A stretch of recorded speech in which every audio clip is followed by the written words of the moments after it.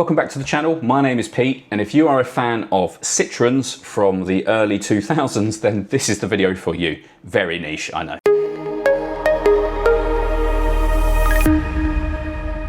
To cut a very long story short, I was making a TikTok this afternoon that involved me needing to find some stuff that I thought I had in the loft that related to one particular car that I wanted to talk about.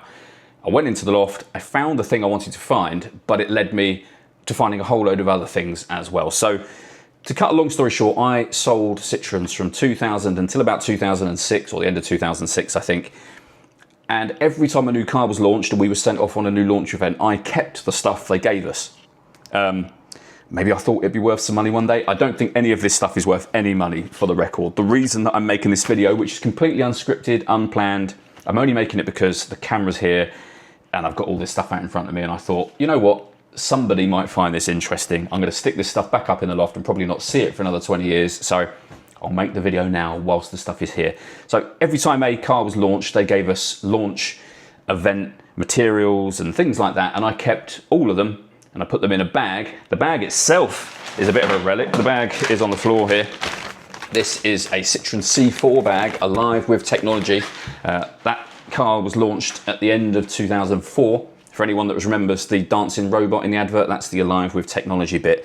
We'll start with the C4, seeing as, you know, that's the bag that I've got there. This is all C4 stuff here. So a unopened, extra large, alive with technology Citroen C4 t-shirt, for example. I like this. This was a sales guide from the Citroen C4, and there's one particular page here, and it reads, moving technology for today's lifestyles.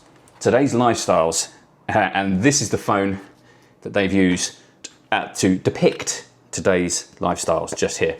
On the other side of that page, incidentally, is an old Sky remote, remember these? And an iPod.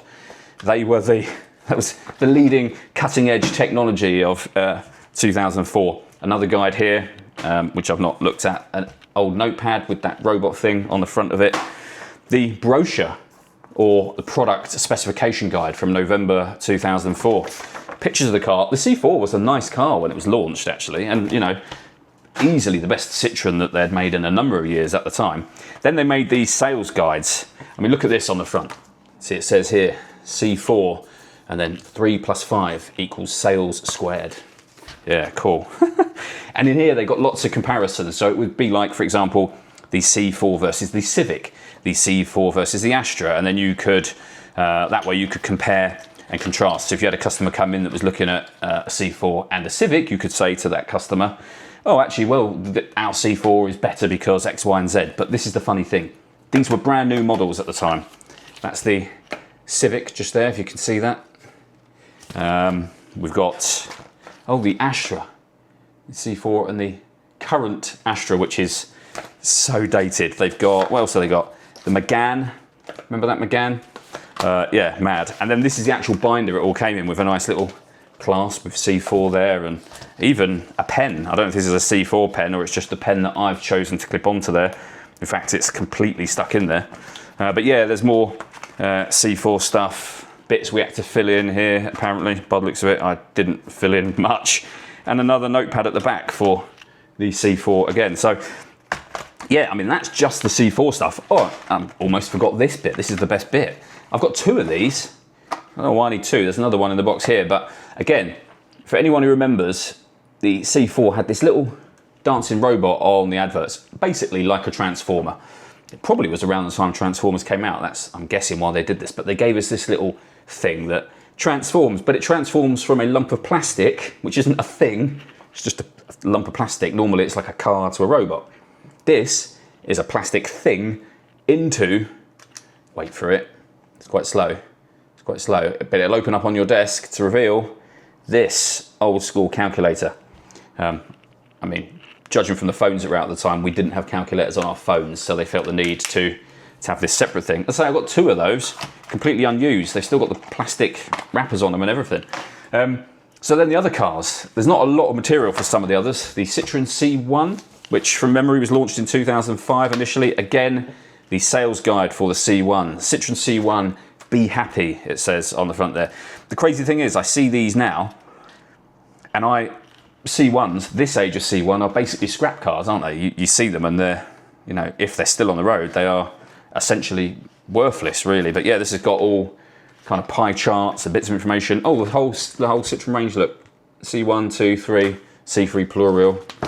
Worst car ever made, which I'm coming on to next, funny enough. So this is the discovery walk around for the Citroen C3 Plurial. So when you work in car sales, there's a thing called a 5-point walk around, which is the way you show a customer the car when you're presenting it to them. It's a good sales technique, but in here, they tell you, there's the 5-point walk around there as a diagram, but they tell you the things that they want you to talk about while you're walking around the car, so you can highlight all the beautiful parts of the C3 Plurial. For those that don't remember, this is the car that's, well, it's on the picture on the front there, but it had 5 different stages of convertible roof. The final stage at the top would involve you having to take the roof bars, massive roof bars, roof arches really, completely off the car and then leave them at home. There was nowhere to store them. So if you went out for the day, that's it, your roof is down. There's no way of putting it back up. And a nice sales guide here, actually. This is, yeah, it looks better than it should really, given that it's for the C3. It's got, or the C3 Plurial I should say, it's got all these like glossy sort of pages and nice pictures of people enjoying the C3 with the roof down. Presumably not in the UK, because they don't need to worry about it raining. These people here, they don't care. It's not going to rain, they're safe. In this country, you take the roof down, you go out, you are definitely at risk of having to worry about the rain. More C4 stuff, more C1 stuff. The new Citroen C3, that's the facelifted version. I think they came out in 2005. A Citroen C2 mouse mat. I mean, I really did keep some awful stuff. In here, I think, is a Citroen C2, if I remember rightly. It is, yeah. A Citroen C2 stopwatch. Again, I mean, nowadays you just have a calculator on your phone, you have a stopwatch on your phone, but look, it's still got the plastic wrapper, still got the box. I think presumably what happened is I took 2. I kept one, like to put in my loft, and then I'll probably use the other one. I doubt I ever really used the stopwatch. I can't imagine that I needed to time anything. Oh, there's the manual for the calculator, don't really need that. The Citroen C2 GT. Now, I had one of these as my company demonstrator. This little thing there was a 1.6 basic car. Had those white wheels. They were all in red, I think, or maybe they had a black one as well, I think. But honestly, at the time, I think that was 2004, could have been 2003, a little while ago. But at the time, this was a great car. It drove really, really well, handled really, really well. One of the best cars I've ever had as a company car at the time. It was so much fun to drive. Can you see into C2 the future? Yeah, I couldn't. I can now, and I can tell you, actually the C2 wasn't a bad car. Look, another 5-point walk around, telling us what we should be pointing out with the Citroen C2L, the SX, the VTR, the LX, and the Furio, and all the little bits that those models have got. Quite a nice guide, this. I mean, they used to give this spinny wheel that reveals different bits. Oh, look, so Peugeot 206. Oh, this is the turning circle. The turning circle of the car. So for anyone that's interested, the Peugeot 206 has a turning circle of 9.85 metres. The Fiesta, 9.8. Yaris, also 9.8. The Citroen C2, 9.6. So the point being, it had the best turning circle. And then I have one more folder left, this one. The Citroen C8. If you remember that, that was the big kind of 7-seater people carrier type thing, and everything has fallen out on the floor. I don't think there's a lot in here really. There's the, again, discovery walk around, so I'm guessing, yeah, just like with all the other guides, what you're meant to talk about as you walk around the car. Oh, the new Berlingo, the new look Berlingo Multispace. Oh, it's mad, isn't it? This makes me feel old. Citroen C3 product walk around, again, that 5-point walk around thing. They really, I don't know if they still do this in car sales. You used to, when you worked in sales, whatever brand you worked for, and I worked for a few, you had to go on sales courses and they always taught you the 5-point walk around. I don't know if that's even something that's used anymore. I left car sales in 2017. I think they were still teaching it then, but yeah, I mean, look at these. So this is the sales guide for the C8. And again, these are current models. How dated that looks. The Chrysler Voyager, the old Ford Galaxy. The C8 was quite a good car. electric sliding doors, which for Citroen at the time was quite a big deal. But yeah, there you have it.